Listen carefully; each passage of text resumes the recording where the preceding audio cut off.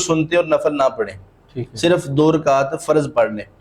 آج جو ہمارا سوال ہے وہ یہ ہے کہ قصر نماز مطلب کہ آسان لفظوں میں کہ جو سفر پر بندہ نکلتا ہے وہ پڑھتا ہے، تو قصر نماز کتنے کلومیٹر پر جا کر بندے پر لازم ہوتی ہے، اور اس کے پڑھنے کا طریقہ کیا ہے، اور کتنی رکعتیں پڑھنی چاہیے؟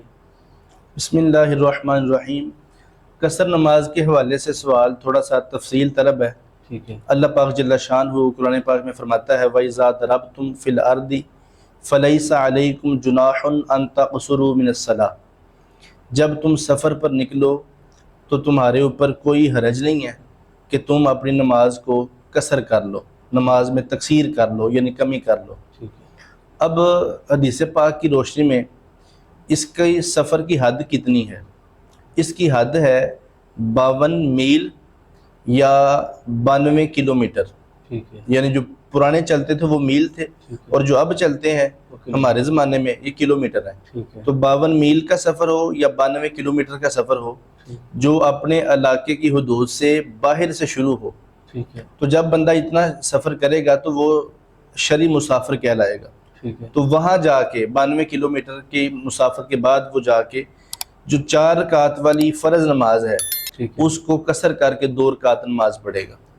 مثال کے طور پہ عصر ہے، عشاء ہے اور ظہر ہے، یہ اس میں قصر کی جائے گی۔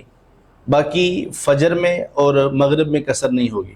مغرب 3 رکعت ہے، 3 کا آدھا نہیں ہوتا، 2 نہیں بنتے، 1.5 رکعت نہیں ہوتی۔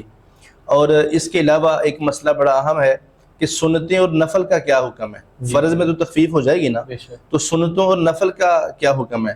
تو اس میں علماء کا یہی موقف ہے کہ اگر آپ دوران سفر نماز پڑھ رہے ہیں، یعنی اگر آپ سفر پر تھے، سفر کو مزید آگے کنٹینیو کرنا تھا، دوران سفر نماز پڑھی ہے، تو پھر تو سنتے اور نفل نہ پڑھیں، صرف 2 رکعت فرض پڑھ لیں۔ اور اگر آپ اپنی منزل پر پہنچ چکے ہیں جہاں آپ نے جانا تھا، سفر آپ کا شرعی بن گیا، تو وہاں آپ فرض 2 پڑھیں، باقی سنتے اور نوافل وقت ہے تو مکمل ادا کریں۔